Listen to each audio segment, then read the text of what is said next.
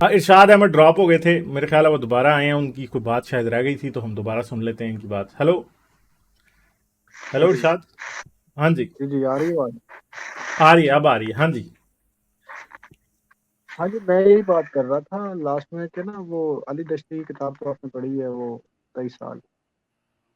میں نے وہ پڑھی نہیں ہے، بٹ مجھے اس کتاب کا پتا ہے کہ اس کے اندر کیا کیا باتیں ہوئی ہیں، میں نے آپ بڑی دلچسپ چنکس کتاب میں ہے۔ پڑھی ہے۔ ہوں اس میں یہ فیل ہوتا ہے اس کو پڑھ کے نا، وہ ساری کی ساری جو ہے نا وہ ہسٹری کے، جو مسلم ہسٹری ہے جو اس ہوں کے بارے میں ہے، جو بھی یہ تاریخ خبری ہو گئی یا تاریخ ابن ہوں ہشام، یہ جتنی بھی کتابیں ہیں ان سب کو دیکھ کے جو ہے نا وہ اس میں لکھا گیا ہے۔ جو اس میں ایسا فیل ہوتا ہے کہ مکے میں جب پیغمبر صاحب ہوتے ہیں نا، تب تو وہ یسوع بنے ہوتے ہیں یا بدھا بنے ہوتے ہیں، بڑی اچھی اچھی باتیں کرتے ہیں اور غلاموں کے ساتھ بیٹھتے ہیں اور وغیرہ وغیرہ۔ اب جہاں پر ہو جاتا ہے نا فیصلہ قریش کی طرف سے کہ بھائی ان کا کیا کر رہا ہے، ان کو آ، ملک بدر کرنا ہے یا مطلب یا ان کو قتل کرنا ہے یا کیا کرنا ہے، ان کا تین چیزیں ہوتی ہیں، ان میں سے ایک فیصلہ ہوتا ہے کہ بھائی ان کو قتل کرنا ہے۔ اس کے بعد وہ جو ہے نا وہاں سے نکل جاتے ہیں، پیغمبر صاحب جو ہے نا وہاں سے نکل جاتے ہیں۔ تو مجھے ایسا لگتا ہے کہ جیسے کہ بھائی وہ قتل وہیں پر ہو گئے، کیونکہ اس کے بعد جب وہ جاتے ہیں نا مدینہ کے اندر ایک نئے روپ آتا ہے ان کا، ٹوٹلی نیا روپ آتا ہے۔ وہ مکے والا روپ ہے ہی نہیں ہے، جس کے اندر وہ جیزس کی طرح باتیں کرتے ہیں نا مکے کے اندر۔ تو مکی صورتیں ہی مختلف ہیں اس مدنی صورتوں سے۔ تو اس کے بارے میں آپ کیا کہیں گے؟ دیکھیے سر، کیا کہتے ہیں اس کو، سب سے پہلی بات تو یہ ہے کہ جتنے ہمیں اسلامک ہسٹری سے جھوٹ مل رہے ہیں، اس سے ہمیں تو یہ بھی نہیں پتہ لگتا کہ مکے میں زندگی تھی بھی یا نہیں۔ ٹھیک ہے نا، کہیں یہ سوال کچھ بعد میں تو نہیں بنایا گیا ہے۔ اب تک ہم جس طرح بھی ہسٹری پڑھتے رہے ہیں، یہ ہم صرف ایک پوائنٹ آف ویو سے ہسٹری پڑھتے ہیں، جو مسلمانوں کا پوائنٹ آف ویو تھا۔ انہوں نے خود ہی لکھا ہے، خود ہی ہمارے آگے رکھا ہے، ہم اسی کو بلیو کرتے جا رہے تھے۔ لیکن اب جو باتیں سامنے آ رہی ہیں، یہ ٹوٹلی ایک نئی تصویر بن رہی ہے۔ ٹھیک ہے، یہ جو مکی مدنی اور یہ صورتیں اور یہ وہ، اگر ہم مکی اور مدنی صورتوں کو مانتے ہیں تو ہم یہ سمجھیں گے کہ قرآن واقعی اس بنا رہا تھا یا اس پہ نازل ہو رہا تھا۔ جبکہ جب ہم اس کو اپنا آرکیالوجی اپنا پوائنٹ آف ویو سے دیکھتے ہیں تو ہمیں قرآن تو نظر ہی نہیں آ رہا کہیں بھی اگلے 90 اچھا، سال اس میں تک۔ ایک اور پوائنٹ ہے، اس میں ایک اور پوائنٹ ہے کہ نا جب یہ بات ہوتی ہے کہ بھائی مکہ سے اور وہ یروشلم گئے ہیں، یعنی کہ مسجد اقصیٰ گئے ہیں، مسجد اقصیٰ بعد میں بنتی ہے، قرآن میں مسجد اقصیٰ کا لفظ کیسے آ سکتا ہے؟ دیکھیے کیا نام ہے اس کا، یہ تو بعد میں وہی ایسی کئی آیات ہیں جن کو آپ کلیئرلی سوچ سکتے ہیں کہ یہ جو چیزیں یہ بعد میں ڈالی گئی ہیں۔ ٹھیک ہے، اس اب میں صاف ذکر ہو رہا ہے مسجد حرام اور ایک میں، مسجد اقصیٰ کا ذکر ہاں جی صاف ہو رہا ہے۔ ایگزیکٹلی، مطلب کہ بعد میں وہ امپلیکیٹ کیا گیا، بعد میں اس کے اندر پٹ کیا گیا ہے یہ مسجد اپنا اقصیٰ بنا کے۔ لیکن جب ہم حدیثوں میں دیکھتے ہیں تو ایک مسجد اقصیٰ اپنا پیترا کے باہر بھی تھی، جسے کیا کہتے ہیں اس کو اپنا فردرس ماسک کہا جاتا ہے۔ مسجد اقصیٰ کا مطلب ہے فردرس ماسک، یعنی کہ باہر والی یا دور والی مسجد۔ ٹھیک ہے نا، تو اس طرح کا ایک حدیث، 2-3 حدیثیں بھی ملتی ہیں جس میں یہ کہا جاتا ہے کہ پیترا کے بعد، کیونکہ مکہ مکہ کا کوئی چکر نہیں ہے، ٹھیک ہے نا، یہ اب ہمیں 100% بھول جانا پڑے گا کہ مکہ بھی کوئی، کیونکہ مکہ رسول کے اپنا زمانے میں شہر تھا ہی نہیں۔ اور یہ بات تو اب سعودی عرب جو ہے نا وہ بھی مسجد اقصیٰ والی بات کے اوپر تو وہ بھی بدل گیا ہے۔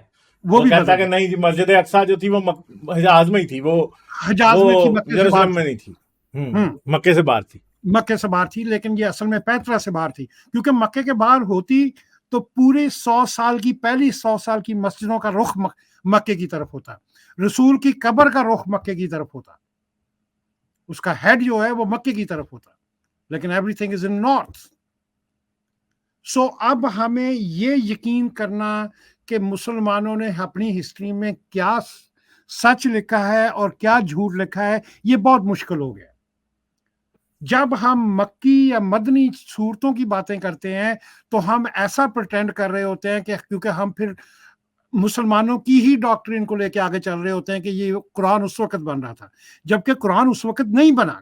قرآن محمد مر گیا، پتہ نہیں محمد تھا، محمد کون ہے، کتنے محمد تھے، جب وہ ختم ہو گئے تب قرآن اس کے اندر آتا ہے. کیا نام ہے اس کا اپنا اور ہم نہیں جانتے قرآن کس نے بنایا.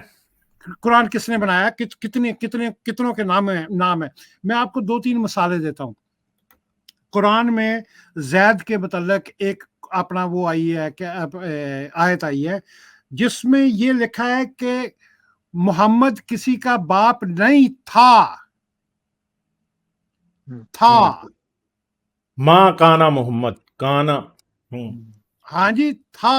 اوکے، مطلب کہ وہ بعد میں آیت ڈالی گئی ہے لوگوں کو بتانے کے لیے کہ محمد کا کوئی اپنا بیٹا نہیں تھا. اگر محمد خود کر رہا ہوتا یہ باتیں تو وہ لکھتا کہ میرا کوئی بیٹا نہیں ہے یا محمد کا کوئی بیٹا نہیں ہے. ٹھیک ہے، محمد کا کوئی بیٹا نہیں تھا کا مطلب ہے کہ یہ بہت بعد میں آیت ڈالی گئی ہے. اس کے بعد آپ وہ تفرقے والی آیت دیکھ لیجئے.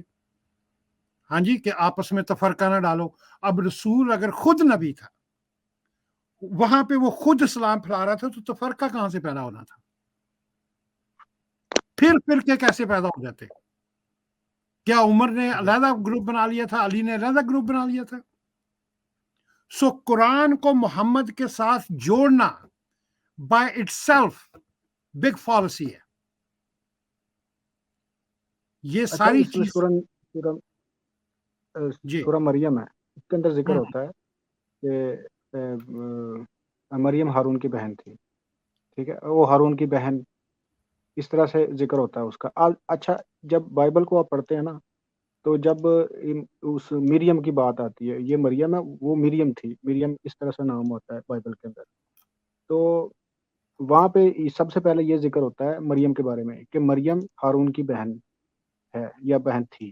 اس طرح ذکر چلیں ہوتا ہے. یہ کانا محمد والی بات کو نا ایک بار پہلے ڈسکس کر لیتے ہیں، پھر آتے ہیں اس کی طرف. ٹھیک ہے، تو سمپل سی بات ہے کہ کانا کا جو مطلب ہے نا انگلش میں، وہ تھا ہوتا ہے، وہ ہے نہیں ہوتا. ٹھیک ہے، اب یہ سورہ احزاب ہے نا، تو یہ دیکھیں، ماں نہیں کانا، یہاں پہ از لکھا ہوا ہے. کانا کا مطلب اور جگہ بھی قرآن میں تھا ہی ہوتا ہے ہمیشہ. تھا ہی ہوتا ہے. یہ تو مطلب ہاں، باپ نہیں ہے لکھا ہے، یہ تھا ہے یا نہیں تھے ہے اصل میں اس کا ترجمہ. ٹھیک ہے، تو انہوں نے اس کا ترجمہ غلط کیا ہوا ہے اصل میں. ہاں جی، چلیں آپ کریں بات.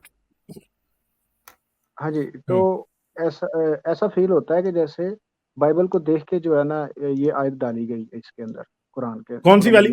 کون سی والی؟ کہ مریم ہارون کی بہن تھی. مگر وہ مریم ہارون کی بہن جو تھی نا، وہ آیت بھی غلط ہے نا، کیونکہ اس کے اوپر تو میں ویڈیو بھی بنا چکا ہوں کئی بار، پہلے بات بھی ہو چکی ہے. موسیٰ اور ہارون کی ایک بہن تھی جس کا نام مریم تھا.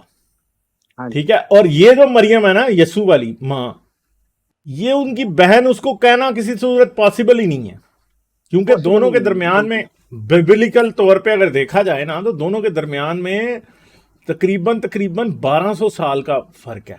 دوسری بات ہے کہ پھر یہ کہتے ہیں کہ نہیں وہ اس قبیلے سے تھی اس لیے اسے کہا گیا. ٹھیک ہے، کہ جی وہ ہارون کی بہن نہیں، یہ جو مریم تھی یہ داؤد کے قبیلے سے تھی. داؤد کا قبیلہ یہودا والا ہے، کیونکہ داؤد کی نسل سے تھی. ٹھیک ہے، وہ جو ہے وہ لاوی کا قبیلہ ہے. اگر بائبل کسی نے پڑھی ہو تو اس کو اچھے طریقے سے پتا ہوگا کہ وہ داؤد کے قبیلے سے تھی، اور یہ جو تھی داؤد کا قبیلہ یعنی یہودا کا قبیلہ.